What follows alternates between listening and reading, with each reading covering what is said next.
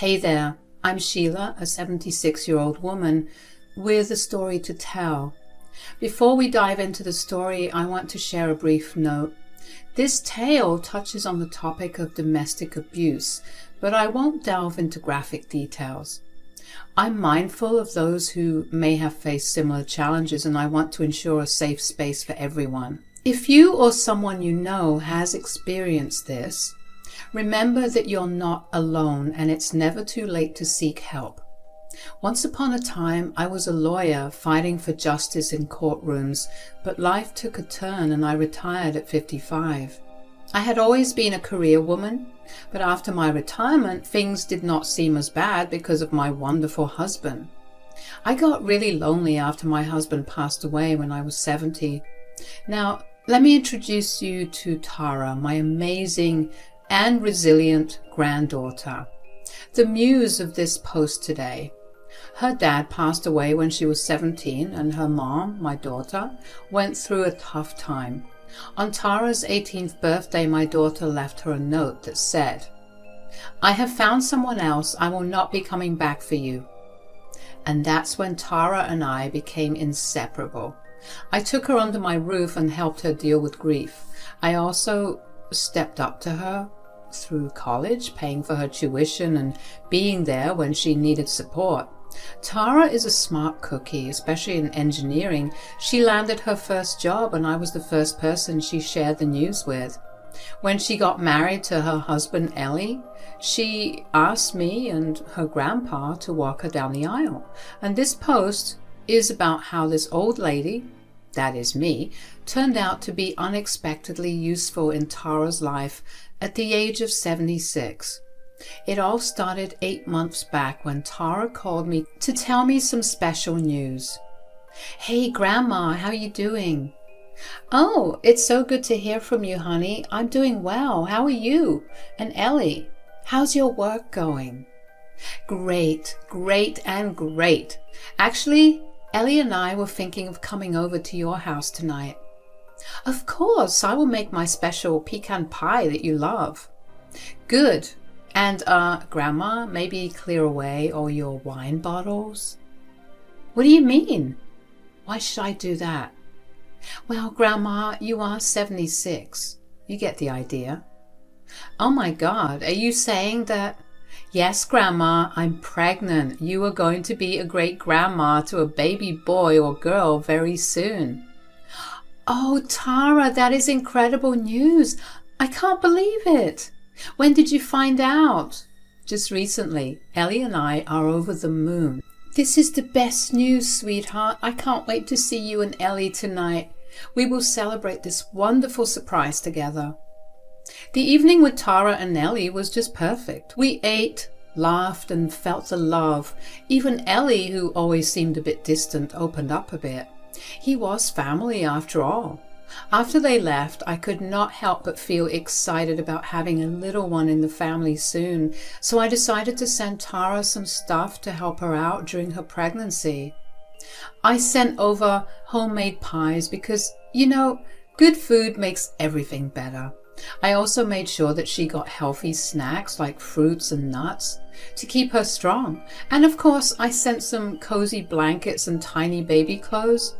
Just a little something to show that we are all in this together. I wrote little notes with each package telling her how much I loved her and how excited I was about the baby. When Tara completed her first trimester, I decided to invite her and Ellie for dinner because it had been a long while since I had not seen her.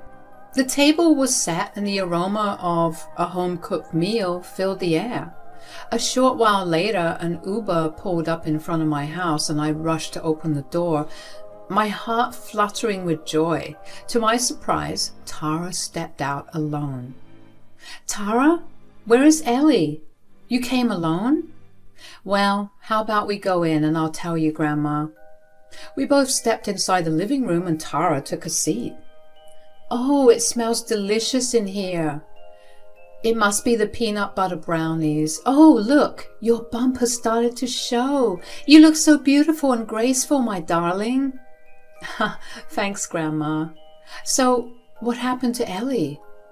Well, there is a lot I need to tell you, Grandma. Firstly, I quit my job. Wow, that was a decision I never saw coming. I wanted this pregnancy to be a time to enjoy, and I want to be focused on only that. And then, when I thought about it, I would not be going back to work for a long time after the baby arrived. So getting off work for a while seemed like the right option. Yeah, you made the right decision. Motherhood is a beautiful thing, full of joys you don't want to miss out on. It's just that Ellie and I had a little fight about it. I was helping my mother-in-law, Tanya, pay her mortgage with my paycheck every month, and I told him I would not be able to do it anymore. Really? And he got mad at you for that? You know it's not fair. You were kind enough to help his mom in the first place, and now... Grandma, relax. Relax. We have little fights like this all the time, trust me. He can be a bit of a mama's boy sometimes, but we always make up. Are you sure you're going to be fine? Of course, Grandma, he loves me. I bet he's going to come home from work tomorrow with my favorite chocolates, begging for my forgiveness. Well, I hope so. But make sure he knows it's not right to be upset with you during this special time. Sweetheart, remember, a relationship is about understanding and compromise. I know, Grandma. I will talk to him about it. It's not that deep, I promise. But enough about that. Let's enjoy this delicious meal you made. Tara entered her 4th and 5th months of pregnancy, and things started to change. We earlier used to have lengthy phone conversations, almost every week, sharing the details of our lives. However, for some reason, those calls turned into texts. Tara reassured me once in a while through messages, letting me know she was fine. She also stopped inviting me over on weekends like she used to. I tried not to worry too much, thinking it might be because of pregnancy hormones and changes. One day, while getting my meds refilled at the hospital, I bumped into Tara. She looked very tired. Her face seemed pale. Oh my God, Tara, what are you doing here? Oh, hey Grandma, I had a doctor's checkup. What about you? I was just getting refills. By the way, why are you alone? Doesn't Ellie come to these regular checkups with you? No, not today. It's an exception. He had work. But today is Sunday. I mean, he was called in at work, Grandma. Have you been eating properly, though? I sent you a new hamper with those healthy seeds, including flax seeds. But you look so pale. Your face is sucked in. Grandma, I didn't sleep last night. I was binge watching movies. Maybe that's why. Tara, it's not just about physical health. Your well-being matters too. If you are having trouble sleeping or feeling overwhelmed, talk to me. You know I'm here for you, right? I know, but I don't want you to worry because I'm completely fine. Well, take care. Oh, don't worry, Grandma. I'm taking care. I'll see you soon. Everything was going well after the reassurance from Tara. However, a week later, just when I thought things had settled, another Uber pulled up at my door, and it was Tara again, and this time with a huge suitcase. Hey, Grandma, I'm sorry to show up so unexpectedly like this, but Ellie had to go on a working trip in the morning with no prior notice. It's all good. I'm glad to have you here. You know this is your second home, right? Yes, I do.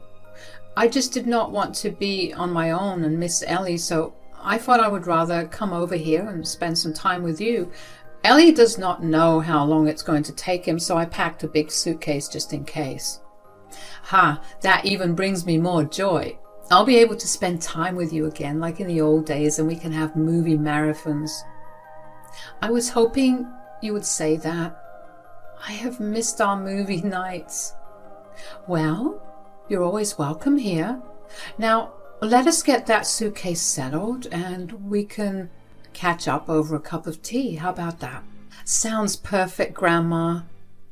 Tara and I had a blast during her stay. It felt like the old days. But better, without all the trauma. Our mornings became a ritual. Tara doing a bit of yoga and me reading the newspaper. We enjoyed healthy meals, worked on little DIY projects for the upcoming baby's room, and had loads of fun. Tara started gaining her health back. Her once sucked-in cheeks were not as prominent anymore. It had been a week of joy and reconnection. One morning, as I headed to her room to give her the green smoothie we had adopted into our routine, I walked in on her video chatting with Ellie. "Hey there, Sheila. How's everything?" "Oh, hey, Ellie. How is your work trip treating you?" "Work trip? Oh, yeah, that. It's going really well. Can't wait to get back and see Tara." "That's sweet, honey." "Tara? Why don't you ditch the sweatshirt? It's scorching here. Why wear that in summer?" "Grandma, I'm just feeling cold. My body's going through some interesting changes during this time." "Tara, you better keep it on. We don't want you to catch a cold." "Sure thing. Well, hopefully we'll see each other soon." "Absolutely." "Bye, Ellie. Take care." "Bye, Sheila." 2 days had passed since Ellie's video call, and Tara and I were comfortably seated on the couch. I was completing a blanket I had started crocheting for the upcoming winters, and Tara was engrossed in a magazine. The atmosphere was peaceful until suddenly there was a loud banging on the door. It was a strange occurrence, especially when there was a perfectly functional doorbell. The banging sounded aggressive, and Tara and I exchanged concerned glances. Tara started to get up, but I quickly signaled her to sit down. I felt a protective instinct, wanting to shield her from any potential danger. I cautiously approached the door, and without opening it, I shouted, "Who is it?" "It's me, Tanya, Tara's mother-in-law. Please open the door." "Just a sec. I just got out of the shower." I then started whispering to Tara, "Why is your mother-in-law here?"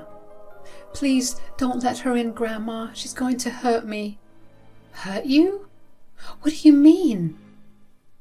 "Sheila, open the door. I know you're in there." "I'll explain later. Just please don't let her in." "She knows I'm home. I just can't refuse to open the door."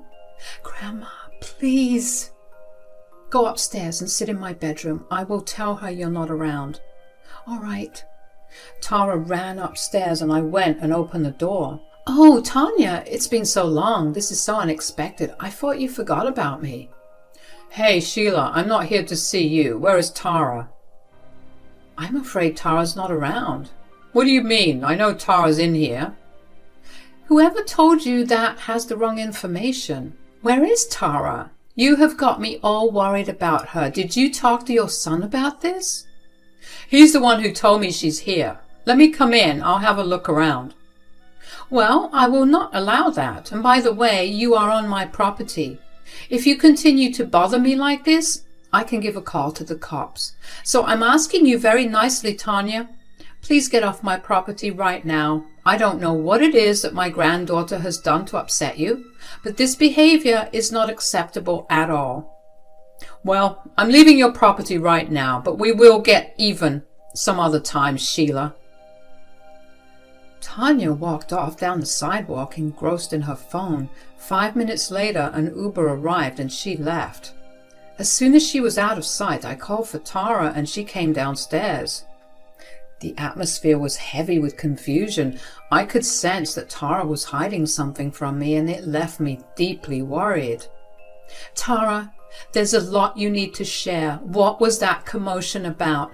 I had no idea your mother-in-law could be so unpleasant. Does she treat you like this regularly?" "It's more complicated than it looks, Grandma." "Honey, talk to me. I am genuinely worried." "Well, Grandma, Tanya has not always been kind to me. Even when I was helping with her mortgage, she was never appreciative. Ellie said it was just her way and I should endure it, but when I quit my job and refused to pay her mortgage, things got worse. Not just her, but my sister-in-law Amy too. They would show up at our place almost every day when Ellie was away at work and make my life miserable. Goodness, Tara, why didn't you tell me? Those ungrateful people, and what do you mean by make your life miserable? It started with ordering me around, forcing me to cook 5-course meals for them. If I did not comply, they'd badmouth me, saying, as a stay-at-home mom, I should follow their orders. But it escalated into abuse, both emotionally and physically. Unbelievable, honey. Look at these bruises on my arms. They'd throw things at me, or even pour hot water if I didn't do as they said. The day I came to your house, things got out of hand. That's why you never showed your arms in these sweatshirts. Out of hand? What happened? Ellie was at home all along. There was no work trip. Amy and Tanya came over, bad-mouthing me in front of Ellie. He stayed silent. When I stood up for myself, they got aggressive. Tanya pushed me and I ended up on the floor. I had to see a doctor before coming here to make sure everything was okay. Tara, I can't believe you went through all of this alone. Why keep it from me? I was scared, Grandma. Scared of what they might do if they found out. I sought help. Tara, you're not alone anymore. We'll face this together. Those two won't get away with what they've done. I just wanted a peaceful life, Grandma. I never expected things to turn out like this. Ellie is still at home and we're not talking. I'm uncertain how long this will continue. The environment isn't safe for my baby. I just want to shield him and make the best choices. Sweetheart, don't worry about going back to that house. With my background as a lawyer, I've encountered cases like these throughout my career. Women can be emotionally manipulated and suppressed to a point where they are scared to speak up. It's easy for others to ask, why didn't she report it? Or why endure the nonsense? But I understand your perspective. You and your little one deserve a safer and better life. I had a plan in mind to bring justice to Tara. We needed some sort of proof. I asked Tara to invite Ellie along with his mom to my house the next day. I wanted to create a situation where we could uncover the truth and gather evidence against the abuse Tara had been enduring. Tara, we need a plan to bring justice, and for that, we need proof. Tomorrow, invite Ellie and his mom to my house. But why would they willingly come here? Well, we need to give them some sort of bait. Tell them you asked me for money and you are willing to give it to them. Convey that you want the abuse to stop. Make it seem like you want to return home and beg them to go easy on you. In return, you will hand over some money. Grandma, I'm not sure if they're going to buy it. Trust me, Tara, I've dealt with people like these for most of my life. Some people are really greedy and they'll go to any extent for money. Okay, sure, I'll give them a call and let's see what happens. When Tara called them, the plan went smoothly. She spoke to Ellie, expressing her desire to return home, and suggested they come to pick her up from my house the next day when I wouldn't be home. She explained that she wanted to give them some money, and surprisingly, they easily accepted the proposition. It seemed like they took the bait without questioning the motive, setting the stage for our plan to unfold. I was genuinely concerned about Tara. For all these months, she had been enduring so much, and I didn't know. I couldn't help her. That night, she slept next to me, a hint of fear in her eyes. It struck me how much trauma she must have experienced to be scared of her mother-in-law, who just appeared at the door. But one thing was clear in my mind: I would make them suffer. I had always been fiercely protective of Tara ever since my daughter left her. It was baffling how much I resented my own daughter for her selfish actions towards my granddaughter. The next day arrived. Tara had invited them over to my place at 3 o'clock. The plan was set. I would hide in the upstairs bedroom with my neighbor, Dash, a 24-year-old young man who had always been very helpful to me. Tara's in-laws were dangerous, potentially capable of anything. I wanted to be prepared just in case. We had set up a spy camera that Dash bought us in the living room. I had briefed Tara on what to say to bring out the worst in them, hoping they would indirectly confess to all their crimes. Dash came over to my house, set up the camera, and we stationed ourselves upstairs. From our vantage point, we could overhear everything from downstairs. The camera was in place and the doorbell rang at 3 sharp. Ellie, Tanya, you're here. Yes, we are. I'm here to collect the money you should have paid me months ago. Look, Tanya, I've tried to mediate for a long time, and in return you just fled the house to live with this old hag. You lied to her that I was on a business trip. I want you to hand over the money you got from Mom, and we can all go back home peacefully.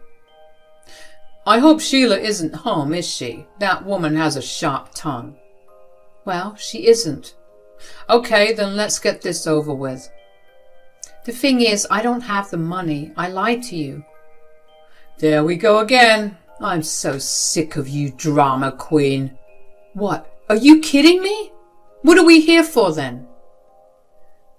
I called you here because I wanted to make peace and go back home. I'm sorry, Tanya, I quit my job, but I needed some time for myself and my little one. I don't want to be a bother to my grandma anymore.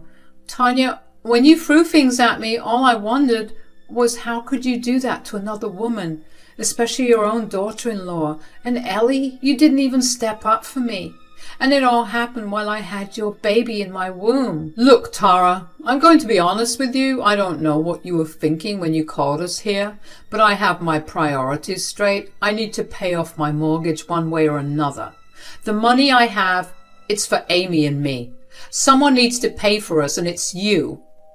Well, I'm not your servant, Tanya. You can't ask me to pay for you, and then when I don't, I can't be at your beck and call 24/7 making 5-course meals for you. Oh, look at you. Seems like you've grown a tongue just like your grandma. I think that push to the ground wasn't enough. Amy and I will be waiting for you because sooner or later you're going to come back crawling. Your old granny cannot keep you forever, and believe me, the next time you're at our place again, things are going to get worse. Everything changes over time, Tanya. Don't be too confident because maybe this time it's you who's going to suffer. And who's going to make me suffer? I will. Tara said what she needed to, and it was followed by a scream. Dash and I rushed down the stairs, and there was Tanya wielding her enormous purse as a weapon.